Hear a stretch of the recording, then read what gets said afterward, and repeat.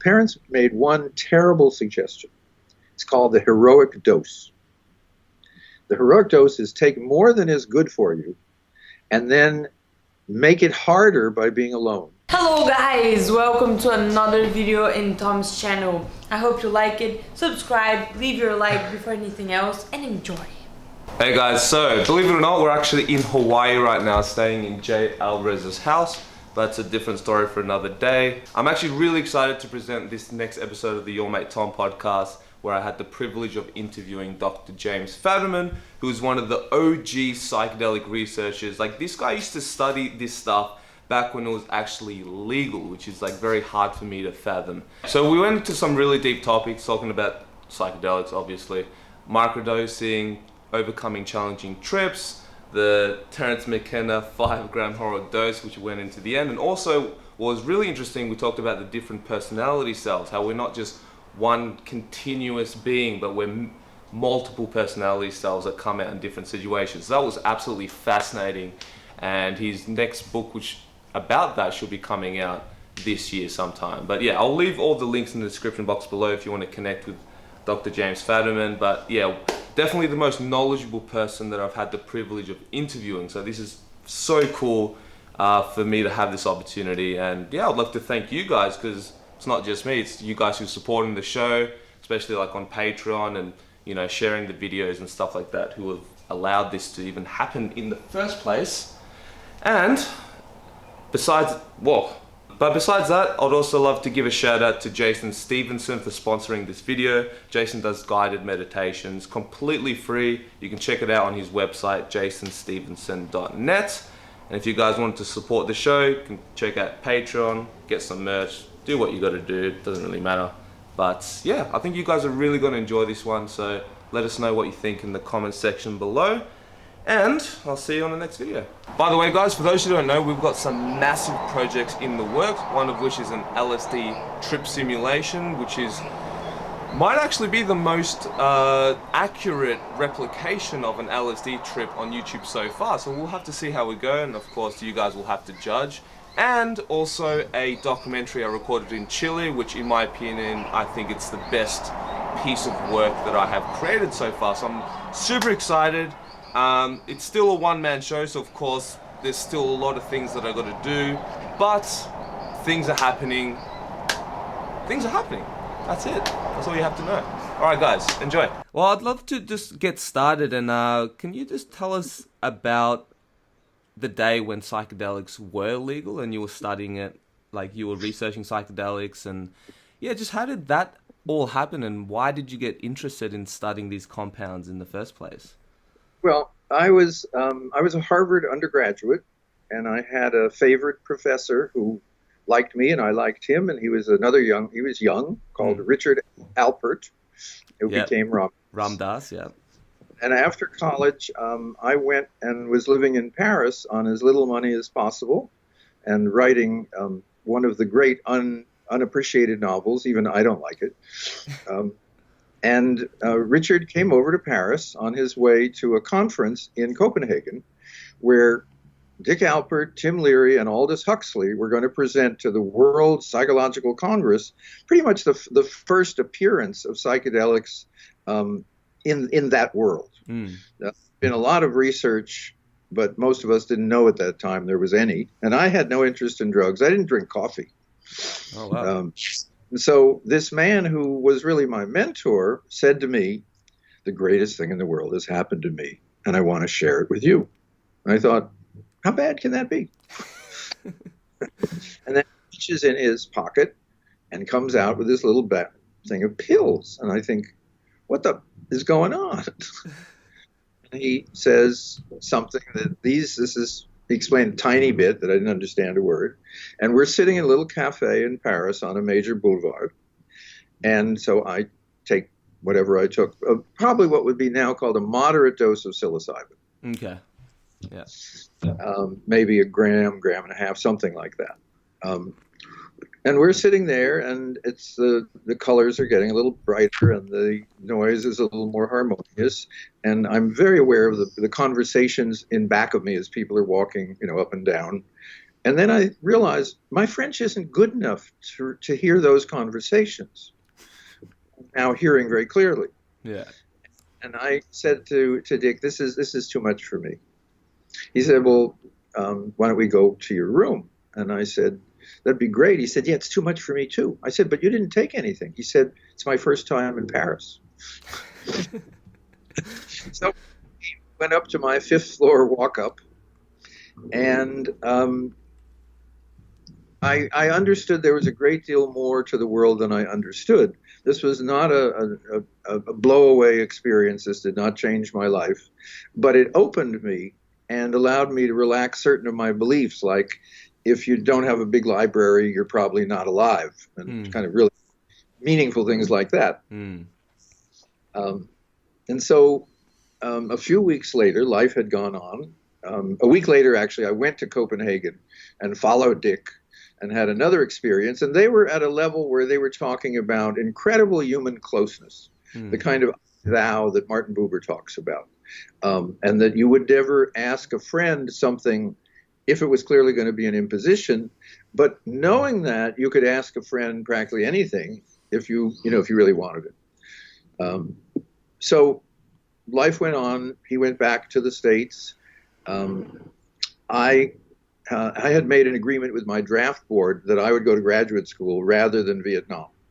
Yeah. So I showed up at graduate school, and there was one little group near Stanford University in Palo Alto that was doing legal psychedelic work. It had a little clinic. And I joined them because I was this cool guy who'd had psilocybin. And at that point, they looked at me and said, you should really try what we're doing. And I said, sure, that's fine. And I showed up, and I was given this little thing of LSD, probably about 300 mics.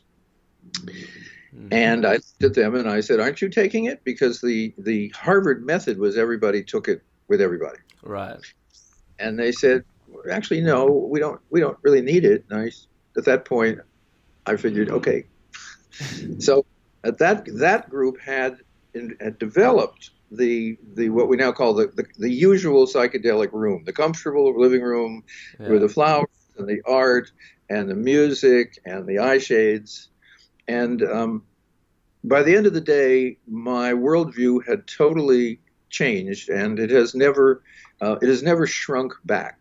And one of the things that I realized is and this is again very common in high doses in a good setting, called classical mystical experience or transcendence, or seeing fundamentally that Jim Fadiman, first-year graduate student, was a subset of a kind of larger being that I might call me. Larger being was really wise and really kind, and also didn't get born and didn't die, and was part of all things.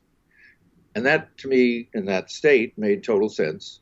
And then for reasons that are very unclear to me, I resumed being Jim Fadiman in this little body as a first-year student in psychology which now meant almost nothing.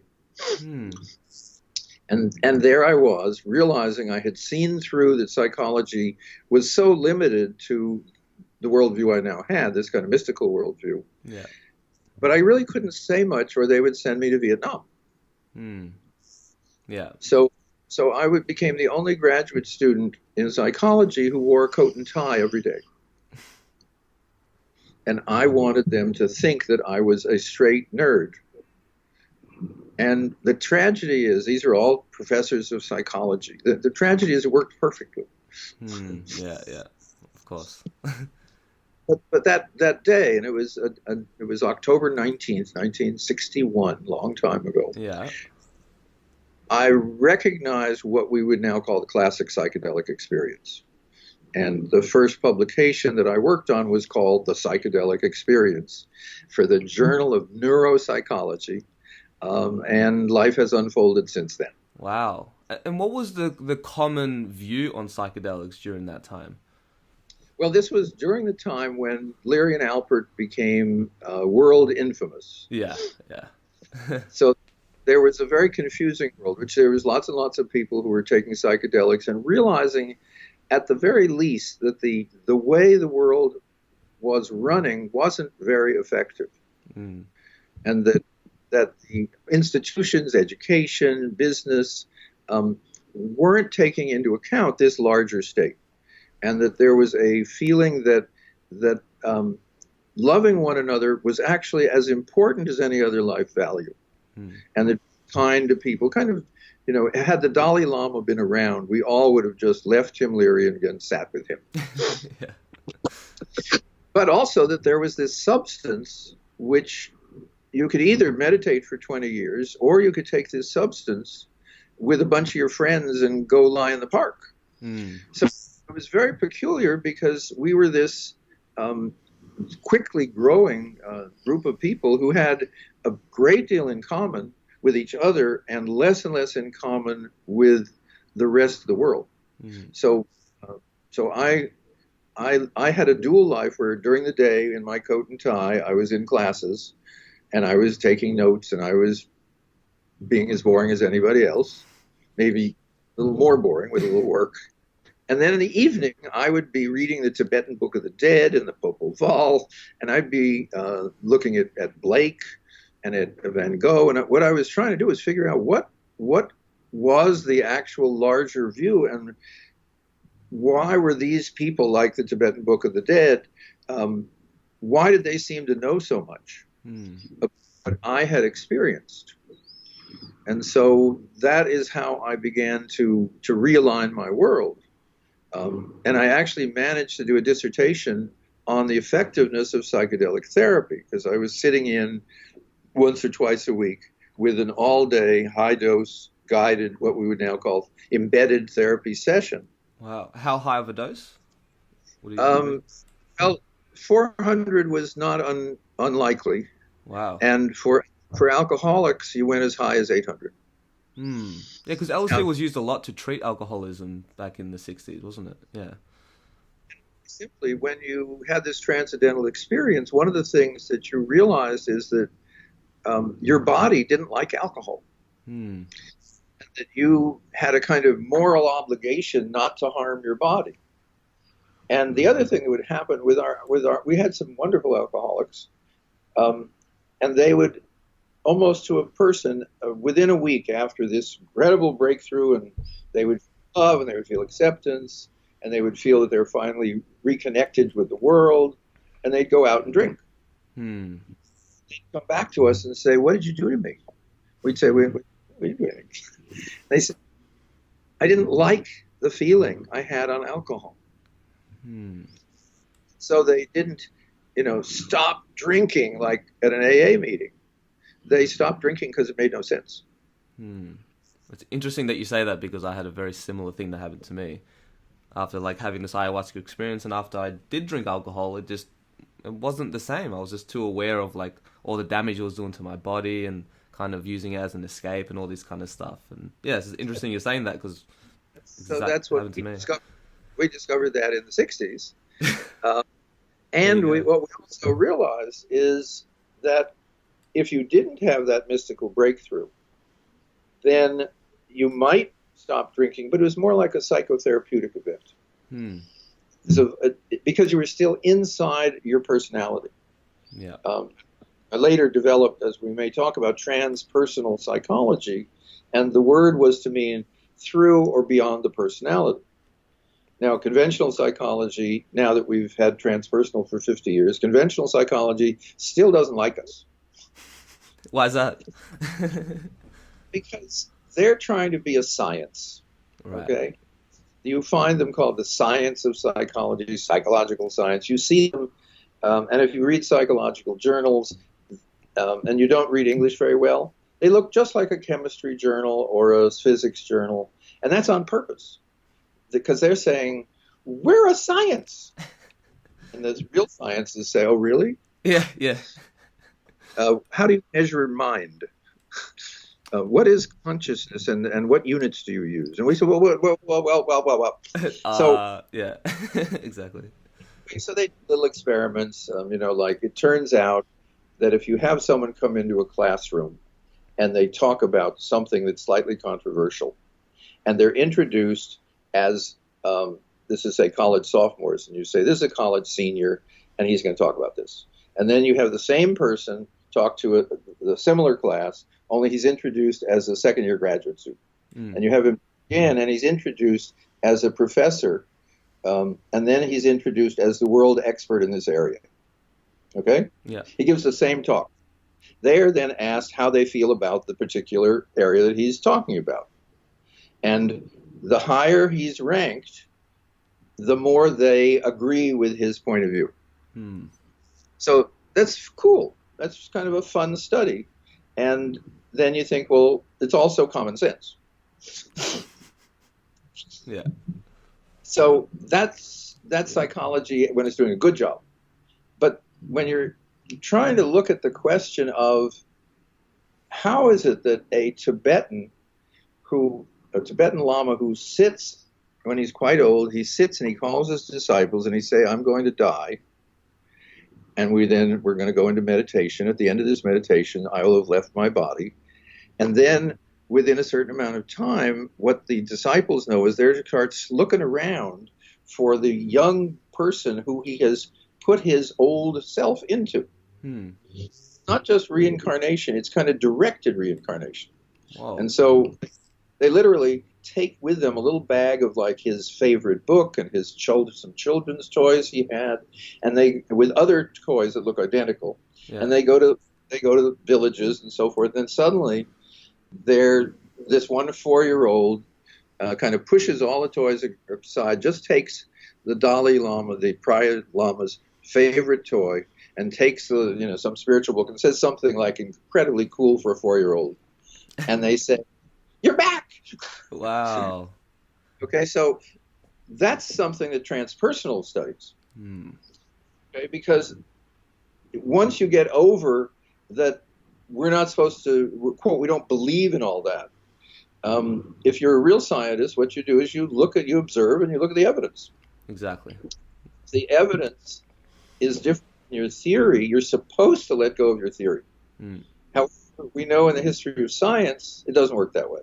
And the wonderful story is in quantum mechanics, where the guy who developed quantum mechanics was asked how his theory is being accepted. He said it's being accepted one funeral at a time,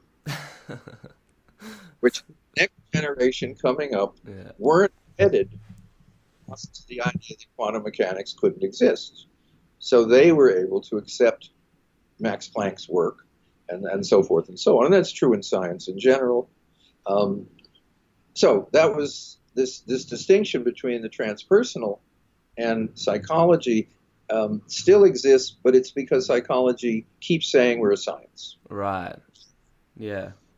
Yeah, it's interesting way you put that. And it's just funny how sometimes science just seems to resist new ideas, and they don't even have the option of exploring a new subject because it just kind of goes against their paradigm. But if you think about it as a religion, I believe, and you ask people, do you believe in science? I believe in science. What is science? Science is observation and replication. I believe in science. Well, how about telepathy? I don't believe in telepathy because that's not science. Yeah, not yet. Because this, just as if you say to Christianity something about what Buddha does, they say, that's just not in the system. Right. Yeah. So science has a system and it's a wonderful, powerful system. I mean, you and I are now looking at each other, 15 hours and 12 miles away. And shamans can't do that. No, they can't. That's true. Exactly. It has its place. 100%. I agree with that for sure. And like in terms of we're talking about science resisting new ideas and stuff like that. How was the day when psychedelics was prohibited? Like, how did that not only affect your personal life and the impact of your journey, but just psychedelics in general? Like, how was that time? Well, you have to take one step back, which is not generally, it may be more and more generally known, is the prohibition against both marijuana, heroin, psychedelics had nothing to do with anything medical, scientific, clinical, or anything else. It was a political way that the Nixon administration in the United States could easily attack groups of hippies, war resistors, and blacks, because you could always search them for drugs. And you could arrest them on no evidence, so forth and so on. So this was a political act, but the science community didn't quite understand that because, of course, they were lied to. So they then developed a whole lot of theories of why psychedelics are so dangerous they should be illegal. Remember, marijuana was illegal from 1937, and that's a whole other set of non-science stories. So when it happened, we were all very surprised. And in a book that I've written, there's a little anecdote where we're doing a whole new kind of research, which was we're not doing clinical, we're not doing spiritual, we're doing creative problem solving, which means we have brought into our little living rooms senior scientists, and we're told them they're going to have a creative day. And we've told them the way you can get into this study is you have to have been working on a problem for several months and failing. And these are people with very little failure in their lives. So they were emotionally connected to the problem. They had the smarts. They were being paid to do this kind of problem. They had probably the information, and they had been against their own stonewall. So they were really interested in solving their problem. And so we saw them the evening before. We gave them some unimportant psychological tests because we were science. Tests of, quote, creativity and flexibility. And then they came in as a little group, and we gave them about 100, the equivalent of 100 micrograms of LSD. And for some of your more sophisticated audience, about 200 milligrams of mescaline, depending on what we were using. Right. Okay. And eye shades and music for a couple of hours. And then we brought them up and wasted about 30 minutes giving them the tests again. And then could work on their problems. And they had brought with them notebooks or big sketch pads. We told them, now, remember, we're going back in time now, no slide rules. So, no iPhone with your computer in it. This was a thinking piece, not a kind of doing the numbers. And the range of problems was from graphic design, architecture, these were people hired by various companies, so we had circuit design, chip design. We had someone who did a wonderful breakthrough on the nature of the photon, and that was published. And out of it came products and patents and publications. And we had about 48 problems, and there were like 44 solutions. So, and at the end of the first evening, because we didn't know if this would work, because we all knew that you took psychedelics and you tripped. And if someone said, well, why don't you look at what you do for a living? You say, I don't do anything for a living. I am living, etc. But they were really interested in their problems, and the dose was low enough so they weren't transing out of themselves. And at the end of the first night, when it was clearly wildly successful, the little staff was just ecstatic because it was genuinely an experiment. See, most studies, they kind of know what you're after, and you kind of try and get the right group for you. You preload it so you'll win. This was a genuine surprise. And so by the time we were doing, I think, our 7th group of 4 people, we had people would go back to their laboratories or their part of academia, and we were getting their colleagues now calling us up and wanting in. So that's how you know that you're doing something right. And then, as we had 4 people lying on the couch and on the cushions in this little living room, we get a letter from the Food and Drug Administration that says, as a receipt of this letter, your experimental exemption to use psychedelics has been canceled. There we go. There's these 4 guys. And I was very much the youngest member of the group, and I remember looking around and saying, I think we got this letter tomorrow. So we agreed on that, and the letter went to the door. We worked with our people, and that ended the research. It ended the clinical work. It ended the work of this foundation. And there I was, a year out of graduate school. All my publications were psychedelic, and it was if, imagine that I had a bunch of publications on the benefits of torturing children. Okay, and you'd say, I don't think we want to hire him. No. Okay, so there I was, and I managed to put together a career ever since. Yeah. What did you do since then? Well, I was a professor at two colleges or two universities. I was a consultant to companies like IBM and computer companies and nursing homes. Foster's Freeze, which I don't think we have anymore, but it's basically the soft ice franchises.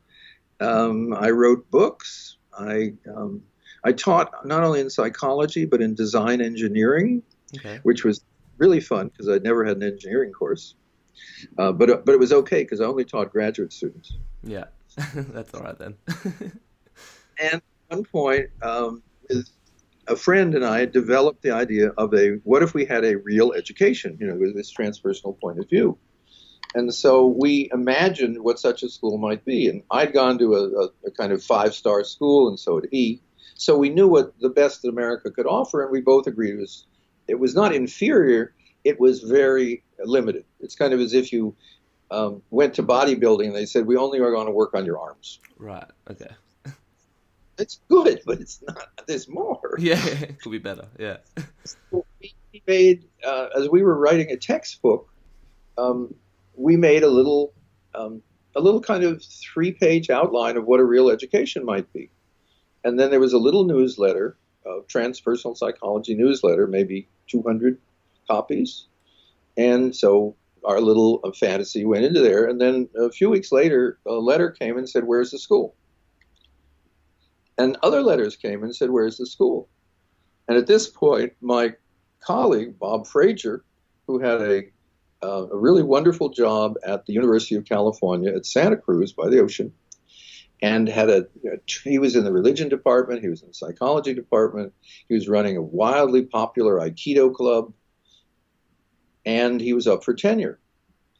Now, you have to understand a little bit about the university system. The religion people said, well, he really is in psychology.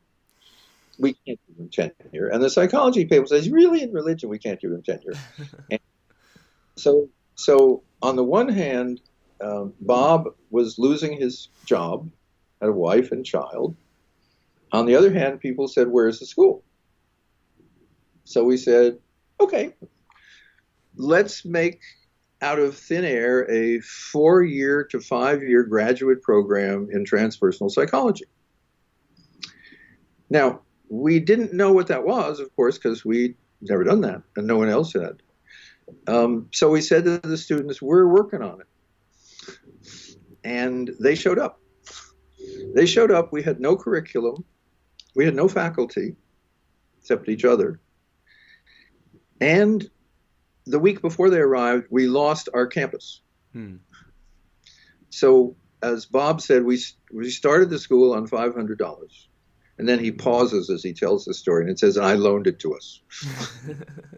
Okay. Now, the beyond dumb of that story is hard to fathom. However, the students were there, and we then said, well, what do you want to learn? And so we basically developed a curriculum based on student need.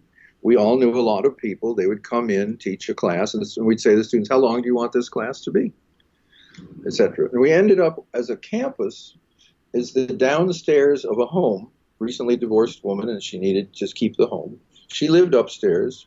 So we had a kitchen, a bathroom, a living room. Now, this is California, and a hot tub. Of course. So that transpersonalized us. And we had spiritual teachers, mainly ones that Bob knew, really very distinguished spiritual teachers who came in and taught. And we began to develop a curriculum. A year or two later, we ended up in a magnificent campus owned by a Catholic order, kind of a retreat center that had a part that they weren't using. And we developed the Institute of Transpersonal Psychology, which became actually very well known worldwide. And transpersonal psychology continued to expand. Now, within that, psychedelics had a place, but just a place. Yeah. Because we were really, and our students became clinicians, became professors, became business people. One of my favorite early dissertations was running a restaurant transpersonal. Now, one of the problems in restaurants is you have a huge high turnover of people. Right. Because you pay lousy and the work's not much fun and so forth. And there's no career. But we had one of our students who had a friend that said, if you will run a restaurant, I will fund it. So he spent a summer doing every job in a restaurant, including being the delivery truck that's in the food. And he set up a restaurant in Florida, a fish restaurant. And within the first year, his turnover rate, instead of being 50%, was 5%. The restaurant was successful, and a year later he was asked by the local college, would he teach a management course? So this was what he felt was a very healthy transpersonal education. Yeah, that's awesome. I'd love to, well, just before we continue the transpersonal stuff and the different cells, I'd love to hear you talk a little bit about microdosing and just like what are your thoughts on that and how is that, what's the difference between microdosing and having a normal trip, you know? I've been now doing microdosing for so long that I think microdosing is normal. Everything else is a high dose trip. Yeah, true. It's kind of, the way I look at it is, I think if there is a divinity who is somewhat personal, he or she has a great sense of humor. Because I devoted my life and gave up a conventional career and so forth because of high dose mystical experience. So what do I end up doing? Is working not with 400 mics, but with maybe 8. Wow. So I became interested in microdosing because someone told me about it and I was curious. And I kept following that curiosity. And it turns out that microdosing is a totally different world. The one thing that you can say about microdosing, even before all the double-blind control studies are over, is it has nothing to do with the psychedelic experience. No visions, no grand breakthroughs, no being eaten by snakes, no being torn apart by either demons or angels, no revelations of knowing everything that Dante knew in an instant, and no incredible insights about when you were reborn 5 lifetimes ago and was a rabbi in Russia and was a mean person and you vowed on your death not to be, none of that. Yeah, okay. Microdosing, if done right, is you think, gee, I'm having a pretty good day. I got some nice stuff done. There were things that I had actually been putting off that I'm done. I noticed I ate a little healthy lunch, and I was nice to that person who I usually wish would go away, and I forgot I took anything. That's a microdose. Now, a lot of people in our world think, well, a microdose is a little high. It's not a big high, but it's a little high. It's kind of like, it's not 151 proof rum, but at least it's a shot of phosphorus. Right. You're still feeling a little bit of a buzz. Maybe you see some slight distortions or whatever. Yeah, yeah. The flowers at least lean in on you. Exactly. Right. What we've told people is if you feel a little bit high, all that says is your dose is too much.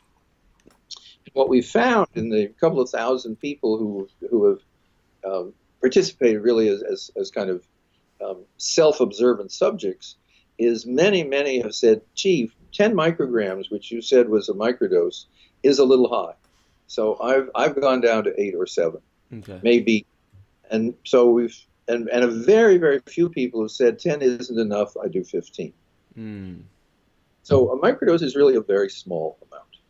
And what it seems to do is make your system work better, more effectively.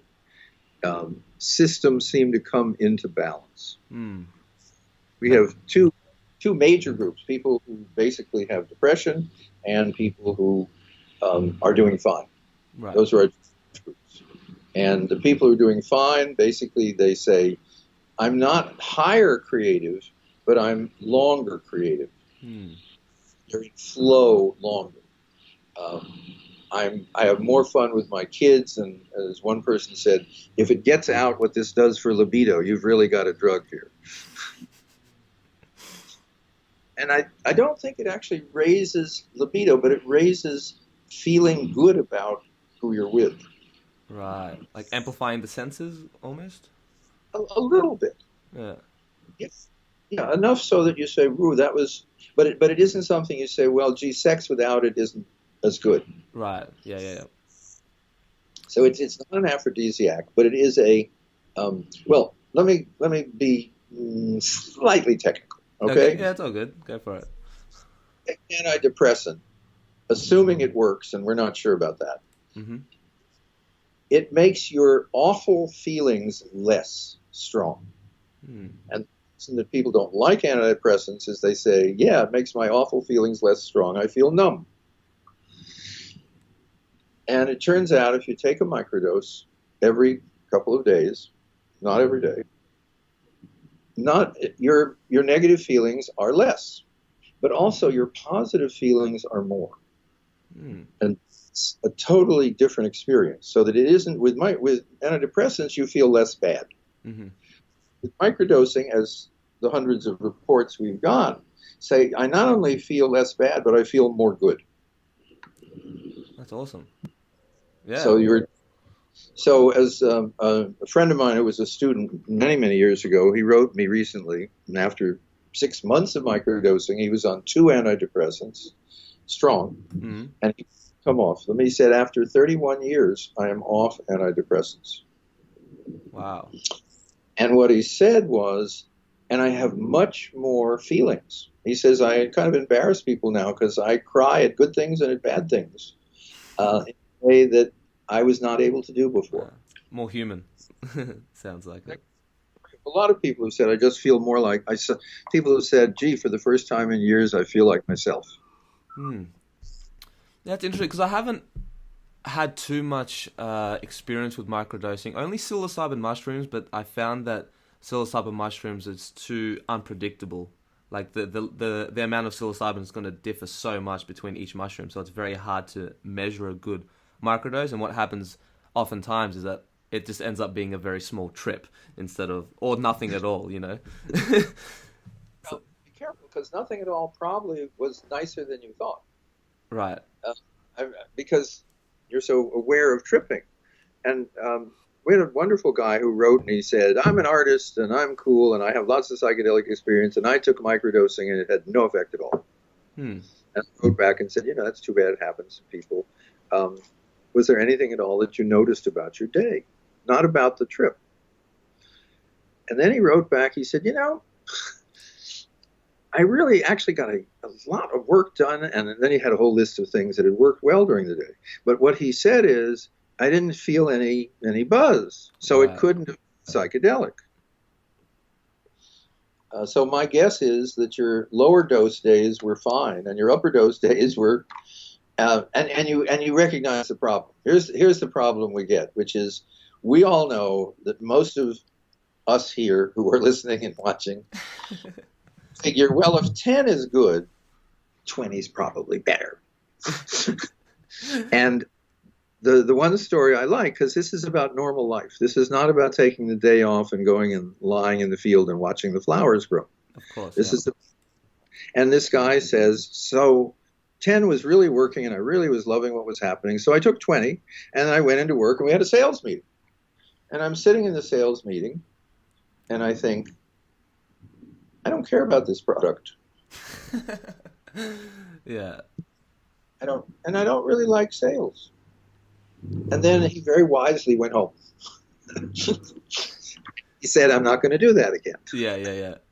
Because your high self certainly isn't interested in whether we can pick up the numbers and sell 15% more in Brisbane next month by putting another ad. Okay. Exactly. But whose trip is interested in. Yeah. Well, yeah. Sorry, continue. No, that's basically that's why the microdose. I keep mentioning it because a microdose is different. The problem with microdosing is they happen to be psychedelics. Yeah. Happen to be so it's hard not to say. See, most pharmaceuticals. So let's take aspirin. You have a headache, you take an aspirin. It doesn't quite work, you take another. And you know that if you took 4 aspirin, it'd be twice as much of the same effect. Right. And if you took 8, it would be a lot. About around 30, you get sick. But okay. And so you think, well, a psychedelic should have an effect, and then more of it will have more of the same effect. No.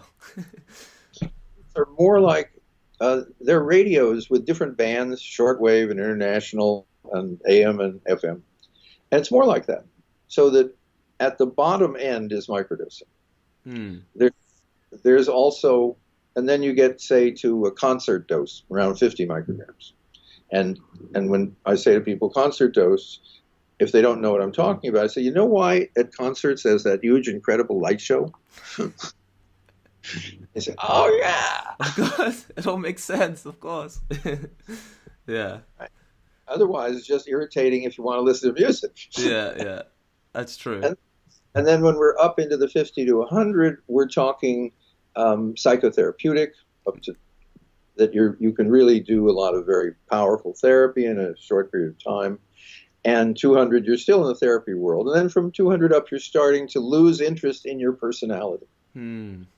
Yeah. So a friend of mine talked about a fairly high dose, and she said, I found myself walking along kind of a boardwalk with beautiful things on all sides. And I felt so wonderful. And I looked behind me, and there were all my problems. And they were like little beings, like little living schmoos or beanie bags or something, kind of animated little things. And she realized that if she just kept walking, they would stay behind. And I said, what'd you do? She said, well, I went back and picked up a few. some for the road. That's beyond therapeutic. Right. Okay, that's from a different perspective. And so microdosing works the other end. And the thing also about microdosing is because we're so used to psychedelics only affecting mind, microdoses actually affect your whole system, because if you think about it, when you take a mushroom, it doesn't like go from here up into your head. No. It goes into every cell of your body. Everywhere. Like That's true. It's a very physical experience as well as like mentally as well. Yeah. If you look at the number of neurons here, and that's where all those beautiful pictures we all love of boring gray body without LSD and cool light show head brain with, you have more neurons in your gut than you have in your head. Yeah. But since we can't measure those, and this is where science is hard, because they can't measure them, they don't talk about it. Right. But for example, well, here's the way. See, here's the way. I don't do research. I do search, which means I discover stuff. And how do I discover stuff? Is I ask other people to look inside themselves and tell me something interesting. So some years ago, I got a letter from a young woman in London, art historian, and she said, I know I owe you a report. She'd been at a conference. I'd asked people to participate. She said, but I thought this might interest you. While I was on my 1 month of microdosing, I had my period, which has always been painful and crampy. It wasn't. So I wrote back. I didn't say what was first in my mind is, I don't care about your report, but I'm blown away by what you just said. So I said, well, what were you taking and how much was the dose and what are you doing every month? She wrote me back and she said, I only microdosed that 1 month. My periods are now normal. They've never been normal in her life. My periods are now normal. You have changed my life. Thank you. Wow. And that's it, that even though she stopped taking, she Yeah. stopped microdosing and it just had a permanent shift. Wow. Because if you think about it, and we don't know much about it, you and I, Yeah. but during the period, hormones are shifting. And if they shift correctly in the right order, in the right timing, in the right amount, it's called a normal period. And if they don't shift, it's emotionally or physically very difficult.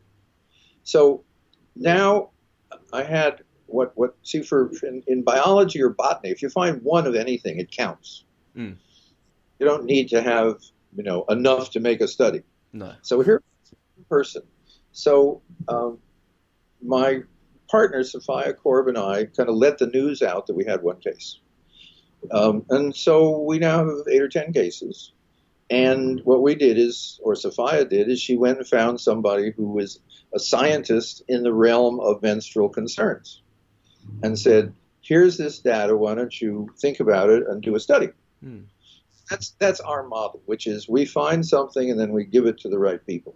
Okay. But the physical changes are, some of them, quite startling. Another is migraine headaches. Migraine headaches are caused by something or other. I used to know the theory, but I've been told that theory went away. Okay. But people who have migraine headaches, they're very awful to have, and they don't have one. They have a lot. And it turns out that a lot of people who have microdosed report not that they have no migraines, but they have less. So I got a note from someone who'd been microdosing a couple of months and had reported wonderful migraine changes. And she was the wife of a holistic physician. What that means is she tried everything. Of course. And she said, I had a migraine 2 weeks ago, lasted 36 hours. And I went, oh. And I wrote a little email, oh. I was a little more words than that. Yeah. And she wrote back and she said, hey, don't worry, I used to get 20 of them a month. Wow. Yeah. So that's an area that hasn't been explored. And if you look in the psychedelic literature, and there's literally thousands of papers, there's nothing about migraines or periods. Because also if if you trip hard, you don't then do that 3 days later. No, definitely not. One is, that's dumb if you want to get any benefit. And 2 is your body says, I'm not even going to give you an experience if you do that. Yeah. It's what we call tolerance or anti-addictive part of high dose. Yeah. And with microdosing, you do it only every couple of days, and there's no tolerance problem. Yeah. Yeah, it's all interesting you're talking about those, like it's very difficult to trip just a couple of days after having a very heavy experience. And I did want to talk to you about like challenging trips and overcoming it, but just before we go into that, I'd love to know your opinion on microdosing. Like, what class of substance would you even compare it to, if you could at all? Like, would you compare it to an antidepressant, a nootropic, or is it just its own thing that we have no idea about? Psychedelic or a microdose? Microdosing specifically, yeah. Well, I mean, the problem is that what medicine tries to do is tight focus. They love a medication that has as small a compass as possible, and that doesn't last long. Because the ideal medicine is something that you have to take for the rest of your life. And it so happens with a lot of these psychological medications, they don't work very well. Antidepressants were developed for people with severe depression. They do okay there. They don't work well with what we would call the depression that we all have when we see what's happening to the world. Yes. Yeah.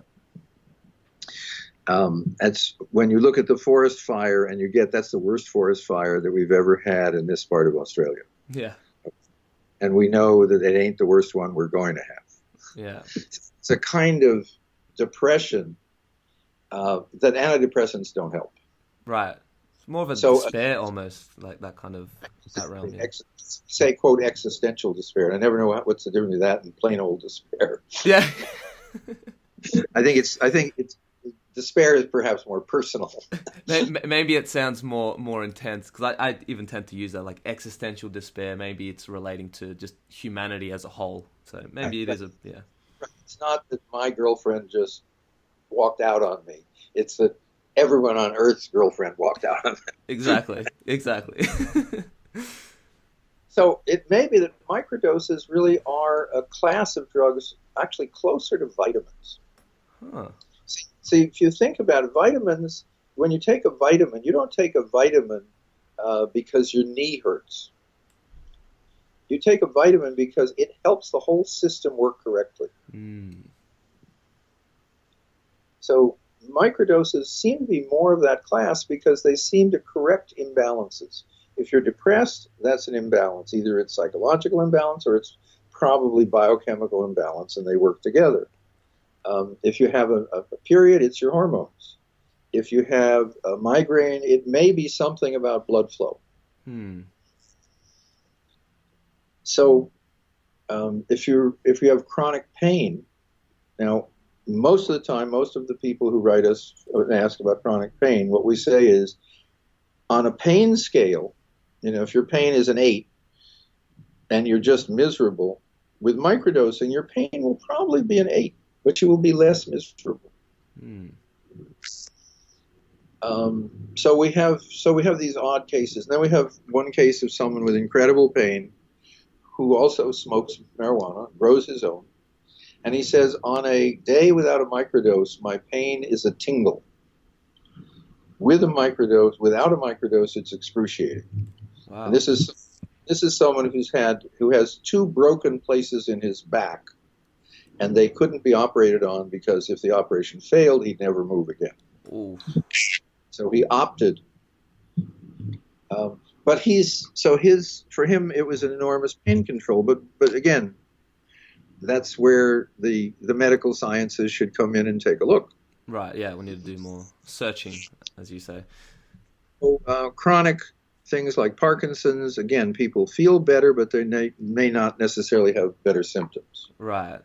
And what's your opinion on microdosing different substances, let's say like LSD versus mushrooms? Is there a difference in that on the microdose level? We ask people to just give us lots and lots of data for a month because people tend to lose interest in being helpful. Because it's not that interesting to just check off, how your emotions are. Yeah. We can't distinguish between any of the classic psychedelics. Okay. That's LSD, psilocybin, peyote, San Pedro. Now, ayahuasca is a little different, and MDMA in our world is not a psychedelic. Right. It's just different. Yeah. And we're not studying it, so we don't. When people say, "I want to talk about," I'm going to take MDMA, we say, "Fine, but don't write us." Yeah. Okay, so, however, recently I was talking to someone who has become an expert mushroom grower. Okay. And he said in his town, which is not the Bay Area, his microdosing friends say after about 6 months, LSD really is different than psilocybin. And that LSD is more kind of clear thinking and psilocybin is more emotionally feeling good. And pass that on because that's all I know. Okay. But what we know in terms of the major health questions and the major creativity questions, that they're pretty interchangeable. Because a lot of people basically say, I take what's around. And if you go to our website, which is called Microdosing Psychedelics.com, one word, psychedelics, killer, it has a kind of list of doses. And there's a range. And so we used to have 10 micrograms for LSD. We now have like 7 to 13. Okay.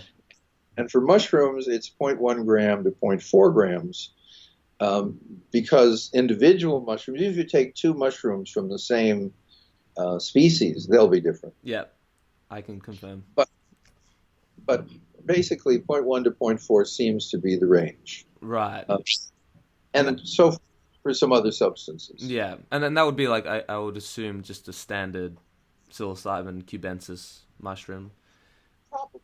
Yeah. But it could be a golden teacher, and it could be, penis envy, that wonderful term. Awesome. And there's more and more. Remember, there's not only 100 species, but there are people playing with mushrooms, trying to do genetic games. So there's all kinds of interesting things. Oh, yeah. And a lot of species that we haven't even discovered yet. So there's a lot there to explore, for sure. I wanted to talk to you about challenging trips, because I think it was a while ago when we were emailing back and forth. I was going through a very heavy existential crisis, and I kind of got turned off psychedelics. I was like, I'm never tripping again. This was too much. I went to the collective suffering of humanity, and living in. Yes. I was living in a state of grief, as if like my whole family, all my friends died. Like that sinking feeling. It lasted for a long time, and I was just sad all the time. I was just like, how is life worth living if this is like, if suffering is so intense like this? And the reason I bring this up, because whilst you're in that hole, it can be very difficult to go through it and not see foresight. But I found now, obviously it's more than 2 years have passed, and I've found it to be probably the most spiritually significant experience of my life. But that doesn't mean that it was grueling. It was fucking grueling. Well, yeah. Here's the kind of curious thing, and you're actually a perfect model. Also, thank you for using challenging, not bad, because we need to make that trip. Because the point is, I think we're taking psychedelics for the benefits, not for the trip. That's true. Okay, it's kind of like if I want to go to Paris. I want to be in Paris. Now, I'm going to have to trip to get there. And I don't really like the trip, or I might like the trip. Okay? Either way, my goal is getting there and getting some benefit from being there. Johns Hopkins did a survey, sent it out to a zillion people, and the questionnaire was, we're asking about your best trip. And it was about a 45-minute questionnaire, lots of questions, and they found out that people felt that their best trip, and like 90% of the time, was really important in their lives and beneficial.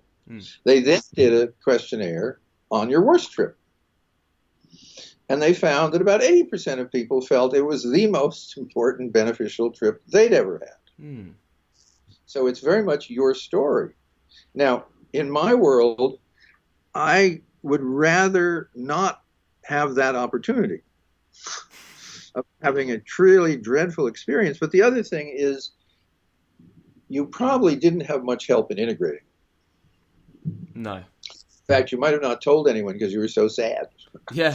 Well, like I did talk to some coaches, some therapists.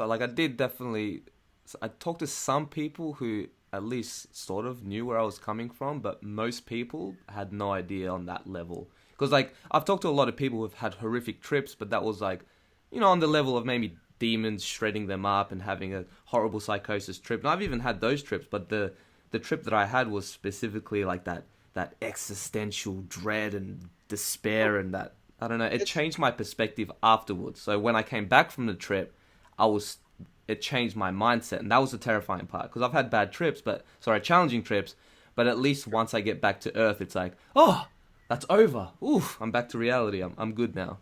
This wasn't the case. Yeah. Well, you tapped into, as you described it, there is a kind of band of universal grief. And it's terrible.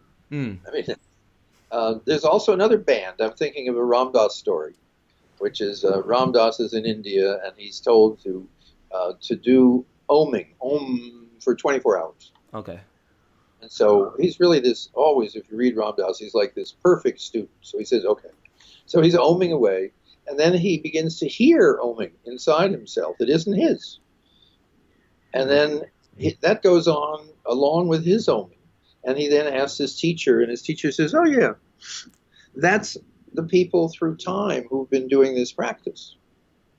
So there's like this place on the psychedelic FM band called Om. Tune in, that's where the Oms are, right? It's kind of like if you want, a punk rock, there's a place, there's going to be punk rock 24 hours a day. Yeah, it's true. Yeah. So you tapped into a very sad part of humanity that we all skirt around the edge of. And then there are people, I was just listening to someone who's been working for the last 18 months trying to determine the number of people killed by the U.S. bombing of a city called Raqqa in Syria. Now, I cannot imagine what her mind is like to be able to do that. And, seeing that here's a picture of a dismembered arm, and here's another arm, that's probably the same body. I mean, not my capacity. Mm. But there are people who can handle that band. And thank God there are. My feeling is that you get as much benefit from bliss as from sorrow. And that may be my personal weakness. But I would never say to someone, I'm going to give you sorrow when I could give you bliss. It's true, because I think it was my mentality of I think unconsciously I was even almost asking for it. And even as a child, I was always sort of attracted to the darkness side. And now that it helped me, I don't know, ever since that trip, I'm no, I don't need to go there anymore. And I haven't had an intense trip then. I'm genuinely happy just being a human, being normal, and just still normal things. And I never I was never at that place throughout the majority of my life. I was always chasing mystical experiences or intense experiences, So that was definitely my part, and I agree with you. You don't have to go through the deepest, darkest corridors of sorrow to learn something profound. You can get just as much from bliss. So yeah, I agree. And that we're aiming somewhere in between, because we can't function on either.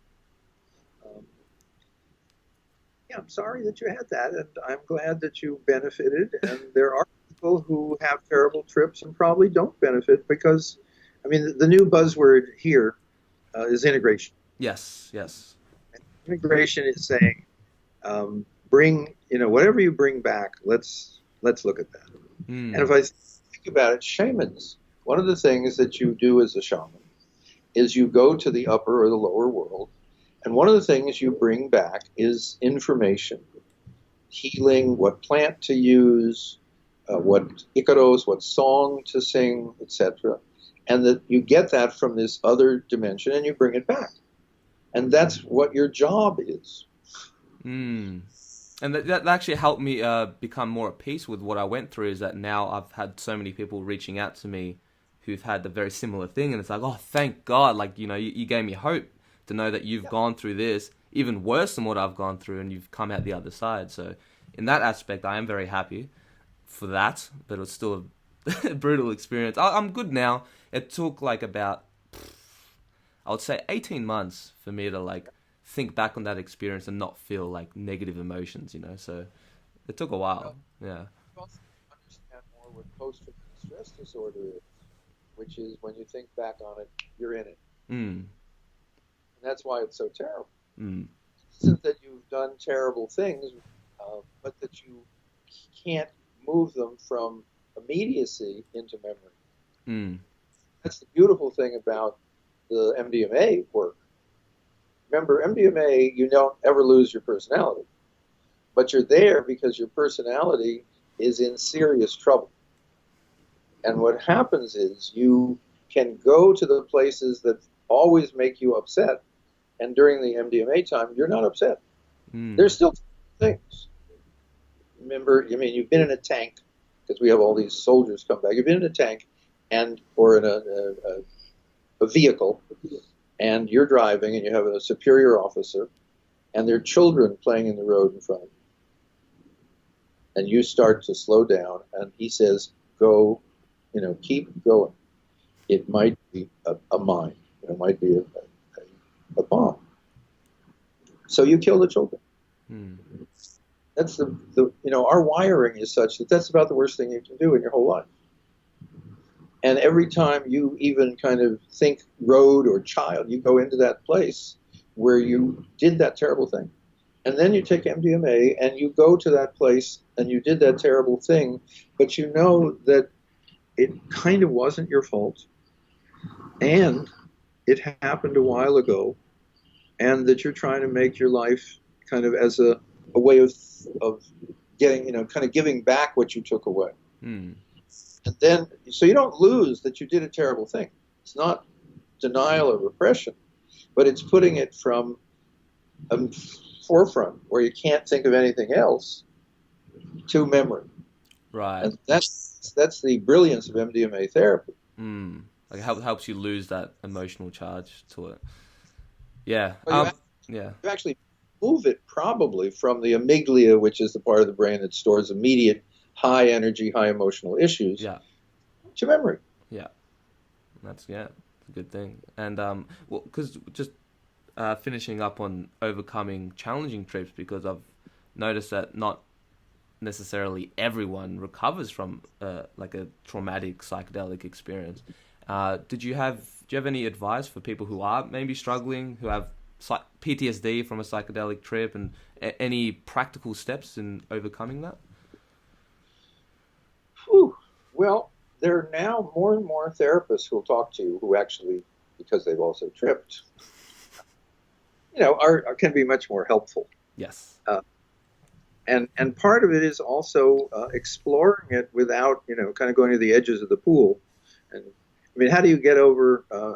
As a child, I almost drowned when I was, 5 or 6. Okay. Now, it was suggested that I don't go swimming. I didn't know how to swim. So, but it was not suggested I don't approach water, but that I don't go in the deep end. So that I went to the edges of water, and then, the edges were safe, and then this was safe, and this was safe, and this was, and so forth. So the thing is, I think most therapists, if they know how to listen rather than to talk, can do a wonderful job. Because if you really listen and you're okay, you, the therapist, are not frightened by what you're hearing, then there's one person in the room that isn't upset.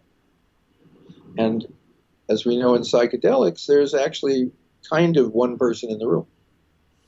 I had a friend in Norway, and he was a therapist, and he got a lot of referrals from the court. So he had some people that didn't want to be there, and they didn't like therapy. And he was, there he was. I said, how do you deal with them? He said, before they come in, I meditate until I'm not concerned about their crime or their illness or their pathology or their being, don't want to be there. They're just a being, and I'm a being, and then I enter the room. And the person who's disturbed and pissed off and whatever it is, suddenly this person there has no resistance. And if you know a little bit about martial arts are the act of allowing the other person to fall down. Or the art that I know, which is Aikido. Is, there's no aggressive moves in Aikido. You're just there. And if someone moves towards you, by definition, they're off balance.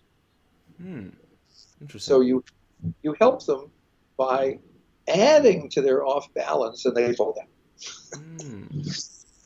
That's really cool. Yeah, I didn't even think about that. Yeah. So the kind of acceptance, that story I told you of running over and killing children, it's very hard to say that if you're the person who did it without the person that you're talking to being a little freaked out. Because it's so horrible. And so the therapist is one that knows how to work on themselves not to get caught in the pathology once it's kind of, the cage is open and the pathology is running around. There's a Sufi story of Nasruddin, and a woman comes to him and says that he's got a sugar addiction, and I want you to take him out of it. He thinks about that. The child comes in, and he screams at the child, "If you eat sugar, you're gonna..." And he screams, and his eyes flame, and and the child runs out of the room, and then Nasruddin runs out of the room too. Mother doesn't know what's going on, and comes back in and she says, I understand that you've tried to frighten my child and it might help, but why did you run out of the room? He says, Madam, when fear appears, we are all afraid. Wow, yeah. So it's important to talk to someone who can hold that space. Of Exactly. Yeah, it's true. It's such a beautiful, it's not even a metaphor. You're literally holding the space and they're kind of ragged about the space. And the people at Burning Man who run the Zendo, where you go if you're upset, they have this great sentence. They say, we never bring anyone down. We bring them through. Wow. So when someone comes in, as you did with your grief, basically you hadn't finished the trip. Yeah. Yeah. It was basically a many month-long trip. Yeah. Yeah. So I don't know if that's advice, but that's comment. Yeah, no, it is useful. I think it's important to at least talk to someone, but someone that can hold space and can somewhat understand. Because I was afraid to couldn't go to a doctor or just some random therapist, because they would have absolutely no idea what I've actually experienced, and then I would feel more alone, and I might even feel worse afterwards. And well, that's true. Of it. But as you know, just as if you actually look at just the number of people that look at your podcast, it's going up. Okay. Now you can say, well, that's because I'm so cool and I'm so much more interesting, and my guests are even not cooler. Really. Yeah, my guests are, but not me. Yeah. What you know is that you're talking about something that more and more people are interested in and have experience in, and so forth. I mean, the thing that I get blown away with is how many people have really had psychedelics. Okay, now I know the American figures, which is since psychedelics were made illegal, 30 million Americans have had LSD. That's just LSD. That's a lot, yeah. Now, and also if we run it kind of on an educational scale, most of those were in the more educated half of the population. So that if I go to, I don't know, a meeting of chiropractors or of hedge fund managers, and I do what I do, which is I've got an inverse way of getting people to say if they've used psychedelics. Or I say, who here has not had a major psychedelic experience? If you haven't had one, it's cool. But immediately I can see who didn't raise their hand. Okay, and it's very hard to go to a group now, and if I ask that, not have an awful lot of people not raise their hand. So that, and that's, see, you think about it, if you want to be a psychotherapist, are you interested in consciousness? Yes. Are you interested in your consciousness? Enormously. Is it likely that you've been offered psychedelics? Yes. See, 20 years ago, the answer was, I don't know, maybe. Yeah. And then now that I understand you can get DMT off of gum trees. Yeah. Well, I don't know if this is true, but from what I heard, I think Australia has like the highest DMT-rich environment in the world. So yeah, it's everywhere. Since Mexico has the most different kinds of psychedelics. Exactly. Well, yeah, that was really awesome, like really good advice there. I'd like to just finish this off and talk about the different personality styles, because this is stuff that, like, all of this fascinates me, but this particularly is very fascinating because my girlfriend's last mushroom trip, she literally went in a room in her psyche, and there was like all these chairs and all these different personality styles waiting for her, and they were all personality types that, like, in very specific situations, like, for example, she would have a personality that tells her, hey, slow down, you're gonna, don't drive so fast, you might kill someone, or something, just very specific personalities like that. And it just, and reading your book, it just totally reminded me of that. So let me frame it, which is, it seems to me, I'll just start with the assumption, it seems to me that healthy human beings have multiple selves because that's survival beneficial. Okay? And then I'll just give you an example or two, which is, have you ever argued with yourself? All the time, yeah. Who's that other person? Okay. I mean, it's simple, right? Have you ever said, I don't know what got into me? Have you ever said, You know the way I behaved last night. That just isn't the way I am. But I had, and then you mentioned drugs or alcohol or anger, right? Yeah. And one of my favorites is a metaphor in English. I was beside myself. I love that. That's a good one. Yeah. So that's the notion. And the notion is that if you pay attention to that, it turns out that your life actually becomes more understandable. Because here's the problem we all have. You're in a relationship with your girlfriend. Yeah. And you really know her pretty well. And she's pretty consistent, except when she's not. Yeah. Then she's not consistent. You say, how could you have done that, the last 40 times that and then this time? And she says, I don't know. Okay. And then she says of you, what's the matter with you today? You say, I don't know, there's anything wrong. I'm still me. And I say, no, you're really behaving in a way that's very, very different. And if you think about it, we all, if you go home to your parents, you change. Okay. Now, what you don't know is they change. Because, and I had this really brought home to me. I was, 50. I go home, I visit my mother. Now, this is Florida, kind of, warm, humid, and we're going out, and she says, don't you think you should put on a sweater? Okay. And I think, I'm 50. I've actually, I'm in here, she's in that body, and I know her circulation actually isn't that good. And I about to, nail her. And then I get that, that's my mom. But it's irritating and it's demeaning. And I say to my stepfather, this is a not nice part of me, how do you live with her? And he says, she's only like that when you're around. Wow. And I suddenly got that I, of course, become much, because when you're a parent, now that I have children, when you're a parent, when you see your child, they see themselves in the present. But you see behind them all these, in terms of that, there's that little 4-year-old girl who says, Daddy, I didn't know that was a bad word. It's when my child at age 4 says to me something like, well, don't be a motherfucker. What? That's hilarious. But so we see selves behind, just younger selves. So we behave differently with our parents than they do with us, so to speak. Yeah.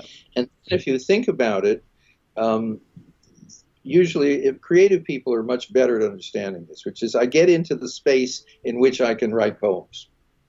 And if I'm not in that space, I can't.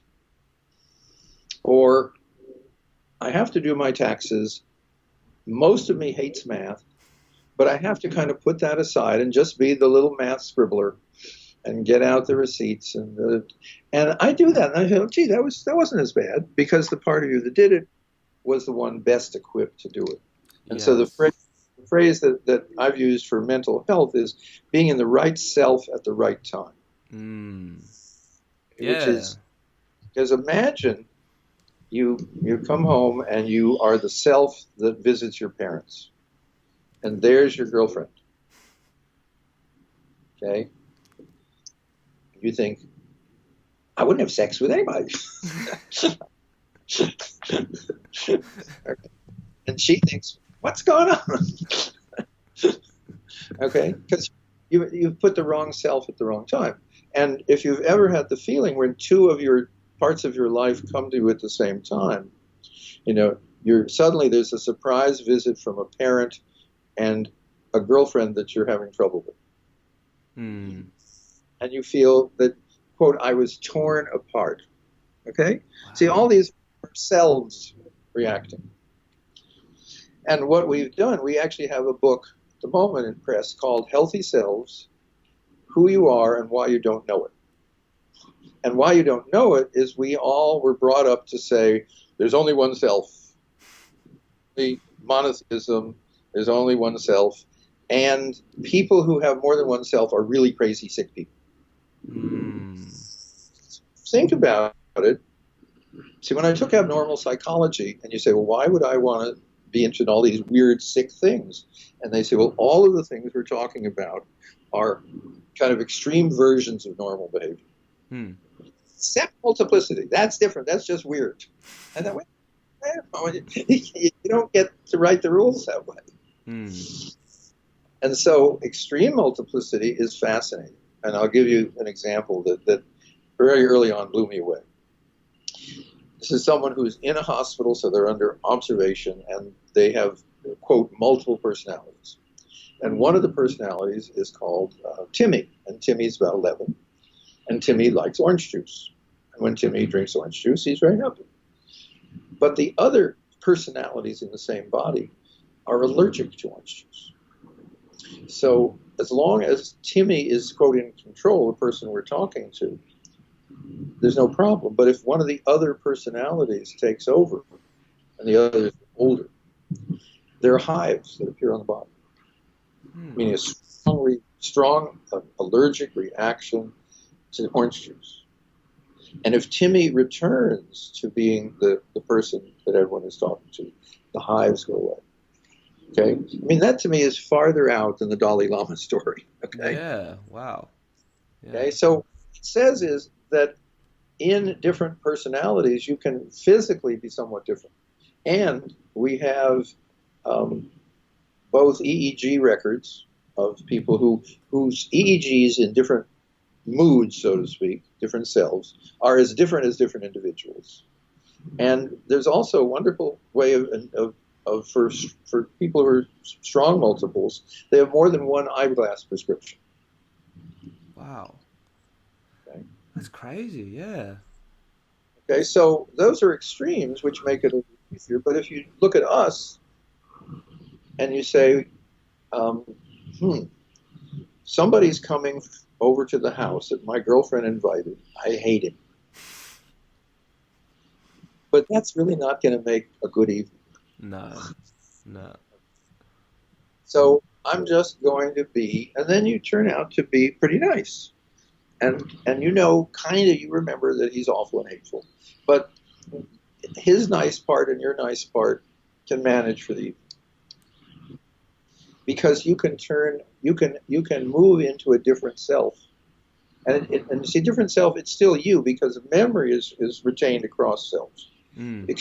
Extremely ill people, memory is not shared, and that's what we call disturbed multiplicity. Right. Yeah. Well, it's true. Even like, you know, when I'm hungry and I haven't eaten, my girlfriend would be like, "You're mean." Like, you know, I'm just like angry and just less tolerance for people. And yeah, and it's just funny how, like, you know, we do have all the different personality selves, and a lot of us just kind of reject certain parts of ourselves. But especially after certain psychedelic experiences, I've just had to learn to at least try to be at peace and integrate those different selves. And sometimes you'll have complete counter opposite personalities. You know, you have your nurturing, loving side, and then your other personality might be like really mean and aggressive, but that's useful in certain situations. You know, so. Certain situations, if you're not mean and aggressive, you might get the crap beat out of you. Exactly. You have to stand your ground sometimes, you know. So, and that's when it's useful to cultivate that aggressive nature of yourself. Yeah. Right. So that it isn't that we all have an inner warrior, but it would be nice if we did when we need it. Yes. Exactly. And I would love to. Oh, sorry. Continue. So, what we found is people who get it. The two things happen. One is you're kinder to yourself, because you say, you no longer say, "I don't know what got into me." You say, the me that did that has some needs that really looks like they need to be dealt with. Yes, it's funny because my girlfriend literally speaks like that now. Ever since it's like, "Oh, that Yesenia. I'm sorry, excuse that Yesenia. She was just upset." That's her name's Yesenia. Yeah. So I remember a friend of mine who said that she had this wonderful feeling when she was with a guy she liked, except when they would start to get too intimate, she'd close down. So what she realized is one of her selves was really a young child, and a young child doesn't like that. So what she learned to do is bring to her sexual bed a little teddy bear, so that little child part, the teddy bear, and she got to be with this guy. So she was aware that these selves need, if you kind of say, well, there's a part of me that's so bad I don't want to talk about it, that part will hurt you. Yes. Because you've basically been hurting it. And I just, very moving to an MDMA session.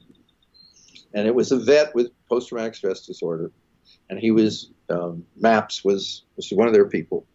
And as you get over the hours, he moves from discovering the part of himself that's so angry and so also suicidal and drinks, to realizing that it's in a cage, realizing that another part of him, has put it in a cage, and that it should be angry, and he befriends that part, and that part befriends him, and you see this all unfolding, where these selves begin to have a different relationship because they both can see each other.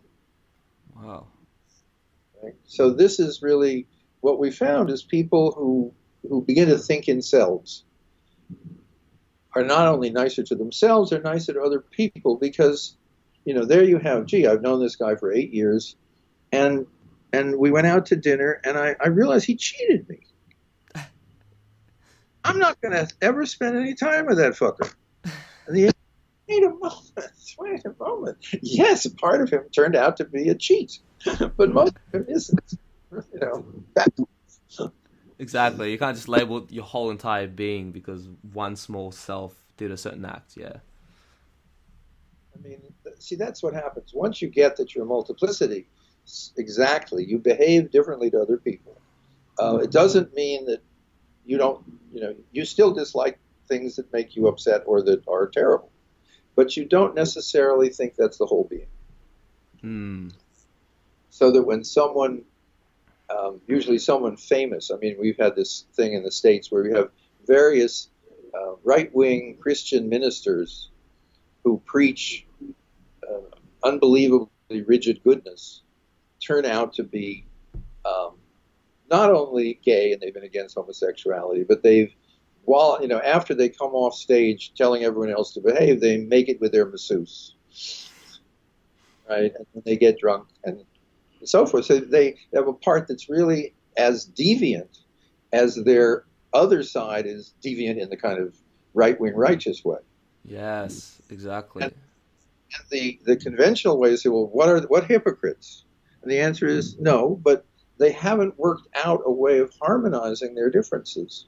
So they became more extreme. They became, in a sense, both sides are kind of desperate. So that's what we've done. So So they're like rejecting one side and overly attaching themselves to this one particular persona. I've noticed even that, like, even just in the spiritual community, even with myself, it happened for a little bit when I first had an ayahuasca experience, and then I started getting more into spirituality, and I should meditate, and I should do all these things that make me a better person. But then I started rejecting other sides of myself, and of course, it just ended up coming out in ugly ways. And now I'm just at peace. Like, yeah, I've got a deviant side, I've got an aggressive side, I've got a side that likes to party, I've got a side that likes to just mess around. It doesn't always have to be. Exactly. Yeah, exactly. So, and that everyone in that room where your girlfriend, many other people, all those people have some needs. Yeah. And if you don't, I know, for example, and this podcast is part of it. I like this. Okay, I think this is a good use of me. I'm verbal. I got a lot of stories. I move my hands, even though I'm not Italian, and so forth. And if I do this, or if I teach a class, or if I go to a conference once in a while, not too often, a part of me is nourished. And if I do it too often, it's not nourishing because I don't need it that much. But the feeling of being well used is a wonderful feeling. But it's like a really good meal. It's like, as I say to people, imagine you having your favorite dessert for 10 days. Yeah, you get over it, yeah. Oh, it's not my favorite dessert. Yeah. So different parts of us need nourished. And what we've done with this book, this is not a self-help book. I did one of those. Okay. It's a pay attention and look around book, and you will change without noticing, because you'll begin to see multiplicity everywhere. Okay, and if you think of it, like the superhero movies, Yeah, they're all I love it. Yeah. people say, I'm kind of a smart ass asshole, but when I'm a superhero, you know, then I behave really pretty well, Yeah. usually. And that's kind of playing out multiplicity at a kind of silly, grand scale. But it's also saying that there's a part of us. See, there's the story, and I've seen it happen, where the mother sees the child, and the child is in the street, and the car is, with the brake is slipped, is slowly rolling over the child. Okay, and the mother runs out, picks up the car, grabs the child, and puts it down. Hmm. And then one of our tabloids shows up and says, "We heard about this, and it would really be terrific if you could do that for us and pick up the car."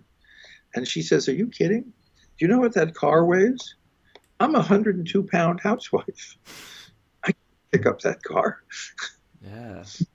Okay, and we have lots of those stories. Yeah, I've heard a lot of those situations. Yeah, that's great. Is just because I was just watching a talk of yours, you're talking about the different selves, and something that came up when you were talking about when people get drunk, and it's like you said something about how psychotherapy is like has the lowest success rate for people who are alcoholics, and also that going to therapy for alcohol is almost like your neighbor being a drunk, and then you go into therapy for that guy, I'm saying it's the drunk.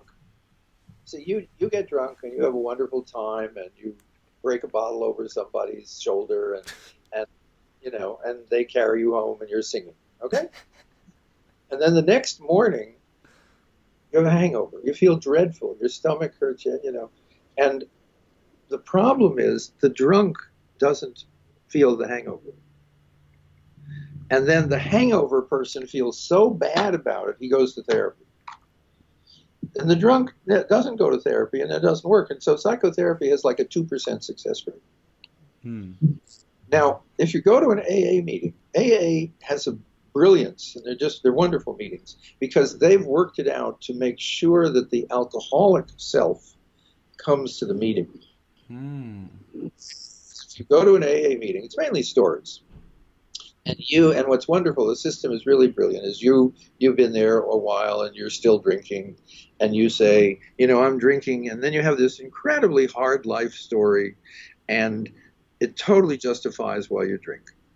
And then somebody else in the room who's been dry like 5 years has a story that's way worse than yours. Just way worse. And they stop drinking, and their story didn't get better, okay? But they stopped. So the alcohol person, the person who's drinking, is with other people who really know who they are, and are saying, you need to not be that self. And that you need to be the person who has the same terrible life situation, but doesn't drink to control it. So the problem in psychotherapy is the alcoholic doesn't show up. And I'm remembering a wonderful book called Angela's Ashes. It's a memoir of a kid growing up very poor in Ireland. And his father has a not very good job. And when he gets paid, he goes and gets drunk. So by the time he gets home, there's much less. And his job is really garbage. But when he's drunk, he's really happy. He sings, he dances, he's delightful. And he uses up the family food. Right? But the selves, because there isn't communication, this one just can't wait to get drunk, and this one knows it's going to be, difficult and terrible and embarrassing, and so forth. So that's the. See, when you see that, suddenly he's not an alcoholic. He has a self that drinks too much, and he has a self that doesn't. And he probably has a couple of others. Yeah, and instead of like identifying with I'm an alcoholic and putting that label across all yourselves, it's good to just recognize that, no, this is one aspect of myself that comes out in this situation. And like, what advice would you give to people to integrate the different selves? The same advice I'd give to someone in a symphony orchestra who would say, how can I integrate the violin and the bassoon? which is you're after harmony, not integration. Integration is really close to melting. Right. See, what we find is lots and lots of people and lots of theories talk about multiplicity, and then they often drop back and say, but there's really a single higher self. There's a better self. There's a good self. I taught a system called psychosynthesis, which has that entirely, which is you have sub-personalities. Notice the degradation. But you have then higher self, and your goal is to take all your sub-personalities and kind of suck them up. And it's a very lovely system in many ways, but what you then get is, but if there's no higher self, you're in trouble. Mm. And people say to me, but there must be a higher self. I say there might be, but what's its favorite candy? And they say, well, the higher self doesn't eat candy. Does it eat anything? Really? Yeah. Why are you here then? Yeah, exactly. Does it ever get constipated? What you see is that the higher self is this kind of etheric notion, which is the good part of us. Right. And the alcoholic has good parts, and so does the non-alcoholic. And so does the person who hates math and the person who knows how to do taxes. Hmm. And so you end up, one is you're never alone. And what your girlfriend has suggested to you is you kind of have to know who you're dealing with, and you have to learn how to shift selves when it's not in the right place. Yeah. I remember when I was first married, and at some point very early on, my wife would come home from her job. I was a graduate student, and she worked, so I liked that. And she would come home, and sometimes she would not appreciate parts of me that the week before were okay. And at one point I said, why? I'm pretty much consistent in terms of this interaction. And it's when we discovered that during her period, this is where women understand immediately that during their periods, they are many are somewhat different self. Yeah. Right? Say, I'm moody because I'm having my period. And you say, I'm cheerful because I'm drunk. And they say, no, that's not fair. And they say, no, it isn't. But we're at least understanding that there are these different selves. Yes, exactly. Yeah, and it's it almost seems like when you reject certain parts of yourself, it reminds me a little bit of like the shadow integration. Like when you reject a certain part of yourself, it's almost like a little kid throwing a tantrum, and it's like, oh, you want to ignore me? All right, fine. I'm going to flare up, and I'm going to come out in really ugly ways, so you're forced to deal with me. So that's what it feels like to me, anyway. Well, it is. It is. Literally, it's like in Aikido. There's various exercises of twisting your wrist. I'm remembering. Okay, you're twisting it to get more flexibility in these joints and ligaments. Yeah. But it hurts. Okay? Until it hurts. That's the only way you know you're making a little progress. Well, there are parts of us that do that to ourselves, and we don't think it's a martial art. It's just, I think you said it beautifully, which is, I'm actually hungry, but what comes up is someone mean. And again, I didn't understand this at the time, but my daughter, the same one that has the vocabulary, she's an associate professor, and she gets to use a lot of vocabulary. Not that. She's about 3, and I'm in a little tiny corner of a room, which is, quote, my office. And it's about the size of go back in time, a typewriter table, a typewriter, and a little chair. That's about as big as it is. If you stand up, you're out of it. And she comes in, and there's some interaction. And I'm, whatever I call working. And she goes out, and I hear her say to my wife, is Daddy tired? Meaning whatever I'd said to her that was mean or unkind or dumb, she didn't assume it was about her. She observed that her father was behaving in a way which she had seen before, that she was guessing was tired. Okay. Yeah. And an office. Yeah, it's a very good way of putting it. It's even like, for example, if I'm like really focused and working on my computer, my girlfriend will know not to disturb me because I'm just like more prone to snap, like, all right, what do you want, kind of thing. Because I'm like, I'm in the zone, but it's not me. It's not because I'm mean. I hate you. It's just I'm just focused. No, but that person really is focused, and they can't relate very well because they don't have a girlfriend. They are looking forward because they're part of the whole body. They're looking forward to not being that person. Yeah. Having the pleasure of completion, and then saying, okay, now I'm here. Exactly, yeah. I'm back. Okay. Now I can give you some love. Exactly. Yeah, it's so true.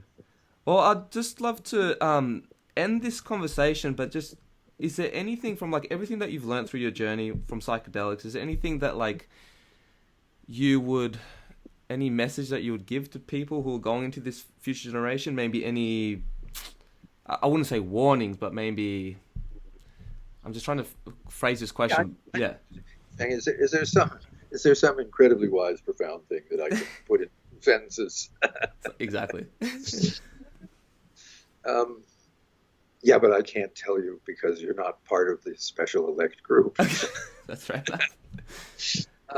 With psychedelics, the reason that I wrote the Psychedelic Explorer's Guide is it has a couple of chapters on how to have safe, profound experiences. Because I think I'm a little biased against just recreation. Yes. Okay. I understand that. Yeah. Yeah. It's as if you believe in procreation. There are certain things you just don't do alone. Okay. Just it's a bias. Okay. Which is, I think, high dose psychedelics are so incredibly valuable. You shouldn't waste them. Yeah. So it's just to give a bit more context for the question, because something that comes up just in mind, for example, the Terence Mckenna 5 grams psilocybin mushrooms and darkness, and like a lot of, I feel like a lot of young people are doing that. So that's what I mean. Like, is there anything? I'll give you yes. Yeah. Terence Mckenna, aside from being marvelous and fascinating and brilliant, and after I read the biography of he and his brother, a lot farther out than I thought. What's it called? Parents made one terrible suggestion. It's called the heroic dose. The heroic dose is take more than is good for you, and then make it harder by being alone. Make it harder by being in darkness. And you're not allowed to complain when you feel that you not only have died in the nice psychedelic way, but you really died. And you'll never get back, and you're going to be in hell forever, or whatever it is. I've had those trips. Yeah, that's not a good idea. Okay? No. And the problem with a high dose, with too high a dose, is you actually don't bring anything back. And but you have risked a lot, and you bring nothing back. Yeah, unless you're some mystic monk person, but then you wouldn't need to take psychedelics anyway. So it's like, yeah. Psychedelics, it's very high beings, and high beings, if you're taking psychedelics with them, they just track you. Okay, and you say, "Well, I'm now so much higher," and they say, "Oh yeah, me too." Okay, finally get that they actually have a whole other level of they've done a lot of work on themselves that you haven't. So the advice is, there is no benefit in being stupid. And psychedelics, now we have enough information. It's like when someone gives you a very sharp knife, and very sharp, and says, "It's very sharp, be careful." You don't say, "Well, how do I know it's sharp?" "Oh yeah, you're right. Look, it cut right into my..." Okay. Exactly. Yeah, you don't have to do it yourself. You can just learn from other people's mistakes. Yeah. And just on that note as well, Terence Mckenna ended up having, from what I know, he had a very horrific trip in his later years, which he's actually, I don't know if he stopped tripping altogether, but I know that he stopped tripping high doses. So even Terence McKenna himself, I don't know if he would agree with what he's saying. And the reason I bring this up, because I've made videos, I've done the heroic dose in silent darkness, because I was a naive, stupid person who thought, oh yeah, this sounds cool. Not even it sounds cool, it just sounds like, oh, I should take it to the next level, right? Because I was listening to Terence McKenna. And I've since deleted those videos on YouTube because I started seeing very unsettling comments of a lot of people like, oh, I want to try heroic dose now. I want to try heroic dose now. I'm like, wait, what the fuck am I doing? I'm just spreading this ignorance, to be frank. And I kind of felt regret even not talking about it, but putting it in the context as if it's a good thing to do. Well, I've got an image that might be useful. Have you swim, and do you dive? I haven't dived, no. Okay, if you're in a swimming pool, maybe 12 feet deep, Okay. and you dive off of the board, which is a meter off of the water. Oh, just normal. So I thought you were talking about like proper scuba diving. No. Okay, yeah, I've done that, yeah. You can jump off and you can dive, and if you dive well, it's incredibly smooth and cool. And if you dive poorly, you smack yourself a little. It's not a big deal. And if you go up to a high board, you have to pretty well know much more of what you're doing. The pool is still 12 feet deep, okay? And if you know how to dive, you can immediately. It's not that hard if you learn a little, and if you hurt yourself, it's not much. And and there are dives you can do where you can hit your head on the board, but most people actually don't try those. So Terence Mckenna says, how about we'll keep the pool 12 feet deep, but we're going to put the high board up now 100 feet. Okay? And my suggestion is, don't do that. How's that for my pristine, compressed advice? Just don't do that. It's so true, because I think we go too unnecessary in the higher doses, and like what you said, it's very hard to bring stuff back. I mean, yeah, you could say I had a profound experience on those doses, but my best experiences have been like either the medium or the lower kind of doses where I can actually absorb the information, and it's more on a human level, whereas this high dose was just like, I can't even explain it. It's just, ineffable. Well, I mean, parallel with all kinds of drugs. We know that you're taking serious pain drugs, they help your pain, or they kill you, depending on the dose. I think alcohol is really a good model because moderate drinking is a pleasure. Yeah, I agree. And too much drinking, you pass out, you throw up, that's not a pleasure. It's the same substance, but nobody ever says, what you should have is a heroic dose of alcohol. Right? And so, actually, some people, I think Terence McKenna said this, but I know at least a lot of people say this, is that, no, the psilocybin experience begins at the 5 gram mark. Anything less than that is not even an experience. Like, people will actually say these kind of things, which is, again, it's quite scary. And then a lot of people will be like, I'm going to try 7 grams for my first dose. And of course, I'm sure many times, and I've had a lot of people email me doing stupid stuff like this, and then they're like, they're broken afterwards. I don't want to use the term broken, but let's just say they're in a very tough situation. I mean, they've fallen off the high board. Yeah. And recovery can be very serious. So, I think the idea that you shouldn't, I think Shulgin has a wonderful quote. He says, you're looking at this, he says, don't ingest something you don't understand. Because he would look at a chemical that he'd made, and he'd have this moment, he says, I'm the only person in the universe, perhaps, that's ever seen this chemical. Wow. And I'm going to find out what it's like, but I'm going to go really easy. Remember, Hoffman started what he thought was as low a dose as could be conceived of, 250 millionths of a gram. This is true, yeah. Right? Whoops! Oopsie daisies. Yeah. The goal, if one wants to be a psychonaut, is to be able to get there on less and less and less.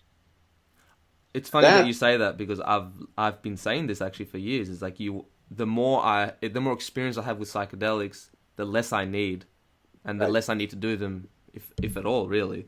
Do you agree with the Watts concept of once you get the message, hang up the phone? Do you think there's a certain amount a certain number that you reach where it's like, all right, I think I'm good, I should probably just focus on human life, or is it just all subjective? Well, I remember someone saying that they had this experience, and they were in the Akashic Hall of Records, where all of human experience is recorded, like some big library, and the being comes over and says, what are you here for again? Which is, have you used everything that you've learned so far that you need something else? Or are you just trying to have, quote, experiences?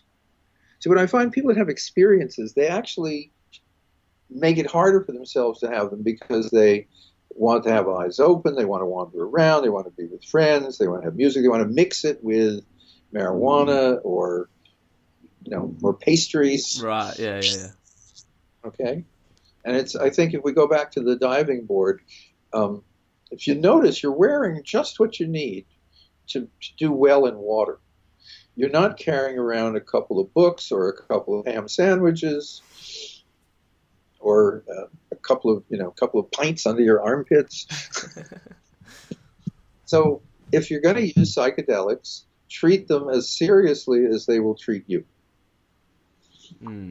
Well, That's a good one line. Yeah, that is a good. I think that's a good one. Good line to end it on. Yeah. Okay. Thank you for your profound wisdom, Dr. Jim Fadiman. No, I really appreciate your time here, and it's like a real honor talking to you because like you're like one of the pioneers in this realm, and it's like it's just a really cool full circle moment for me, and I'd just like to thank you again. Is there if people want to connect with you, is there anywhere where they can reach you? Like, do you have a website? Yeah, I have a well, actually not very reachable on the website, but email is jfadiman, one word, jfadiman@gmail. Beautiful. Okay, and I have no idea where to get drugs, so don't ask. Yeah, of course. One of the problems of being a kind of public psychedelic figure is I actually obey the laws, which is somewhat depressing. Yeah, I feel like you kind of have to in your position as well, Microdosing Psychedelics.com. Okay. Is where the main information there that's helpful is, can I take a psychedelic and I'm on this pharmaceutical or on this herbal supplement or on this Ayurvedic medicine? And so on that site, there's a little tab that says kind of interactions or medications. And so there's about 185 medication supplements and so forth that you can microdose with. Okay. Now, because there's certain substances like ayahuasca, you can't take antidepressants, SSRIs, with them. No, definitely not. Dangerous interactions. But microdosing is, you're not doing much. Okay. Yeah, it's really interesting. And with the book, is this out yet? About the selves? No. Not yet. Healthy Selves. And if we keep that title, because I've dealt with a lot of publishers, and they say, can't we have a sexier title? Because when I put out the Psychedelic Explorer, they had just incredible, awful titles, and I had a big fight with them. And I said two things. I said, one, look, guys, one thing that's different in this argument is I've read the book. Yeah, yeah. And the other is I know what you want, which is incredible sexual experiences with psychedelics. That's the title you really would like. But since the book has nothing to do with that, you haven't suggested. But that's what you want. Yeah, this is true. Then we. Okay, so do you have an approximate when this is going to come out? Within a year. Within a year, awesome. I'm genuinely really excited for this book. So, okay. No rush, but yeah, just let us know when it's almost done. And I will put on my hustler self. I mean, it's so nice with microdosing and I have nothing to sell. It's such a relief. Yes, it is. I don't have a retreat center, and I'm not a cult, and I don't have weekly lessons. I've done all that stuff, okay? And it's not the part of myself I like the best. Yeah, okay. So you don't necessarily want to be the psychedelic guru. Well, I want a little bit. Part of you is, I guess, yeah. Well, I'm my kind of guru, which is I talk to people now and then, and the reason I wrote the book is so that people could have something to refer to, and also get a bunch of information. The book had the first chapter about microdosing. Oh wow, there you go. But now there's lots of it. But the purpose was saying, here's something that you might look at because you don't know about it, and that's why you buy a book. Yeah, beautiful. So anyway, I will let you know when the book comes out, and I'll probably send you a manuscript before that. Awesome. Well, I appreciate that, Jim. And yeah, that's it. Again, thanks again for coming on. And I'll leave all the links in the description box below of all the websites that you just mentioned. And that's it. All right, guys. Take care. Awesome.